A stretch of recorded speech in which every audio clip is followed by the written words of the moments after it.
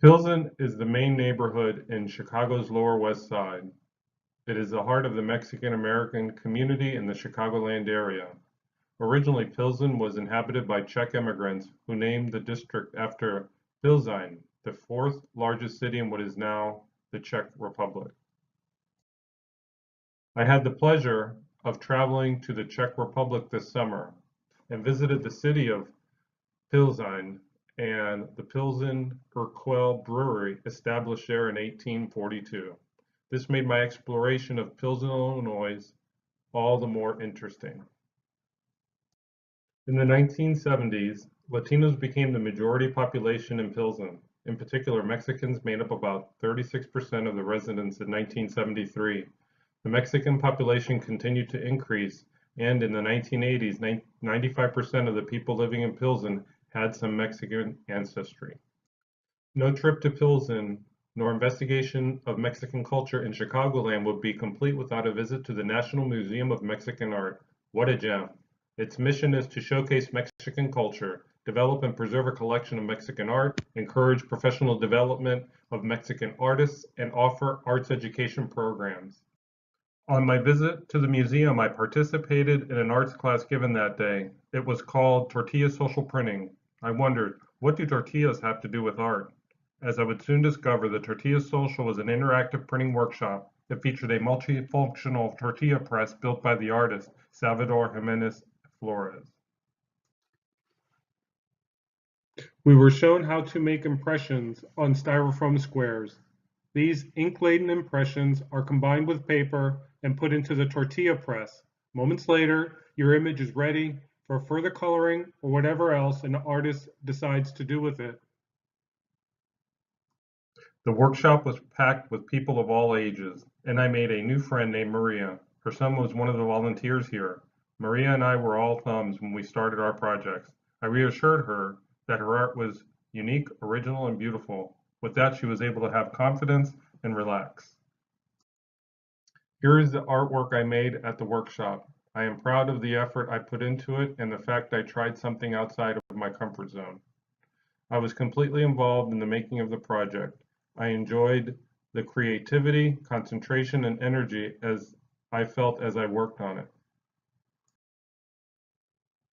This community center invites the public to attend these workshops free of charge. Here you can try new things, be social, interact with the community, and surround yourself with positive influences as you learn to express yourself through art.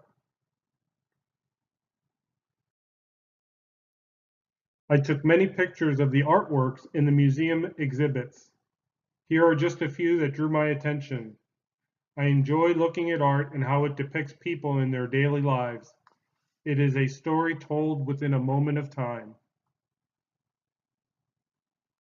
Here is Francisco, a street vendor, and Ishmael, a resident who I asked to take a picture of me. They were both born in Mexico and were very friendly and easy to talk to. 90% of the people I saw this day were Hispanic. This is a good example of cultural pluralism, where people of various ethnicities and cultures cluster in adjacent areas but generally do not mix.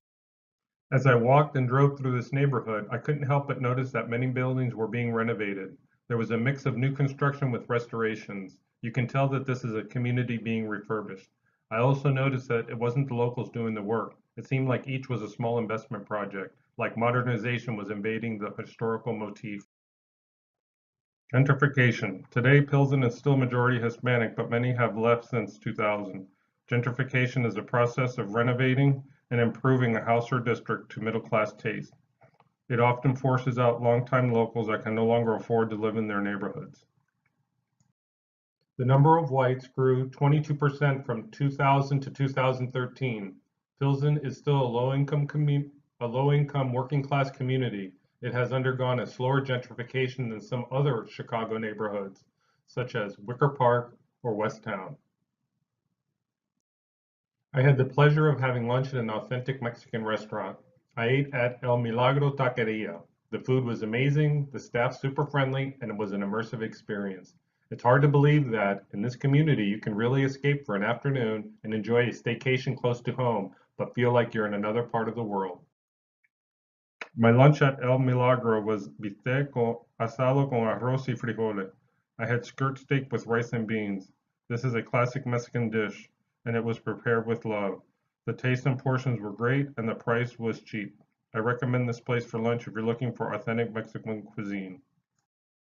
Marcos Raya and Hector Duarte are the two most famous muralists in Pilsen.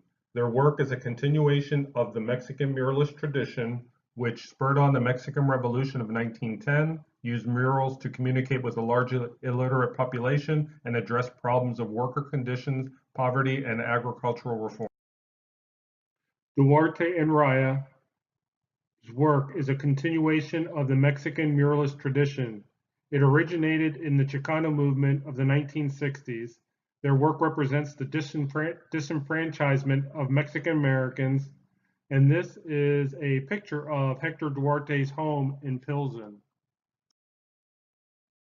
Hector Duarte, born in 1952, Michoacan, Mexico, he studied mural painting at the workshop of David Siqueiros in 1977, and since moving to Chicago in 1985, Duarte has participated in the creation of more than 45 murals.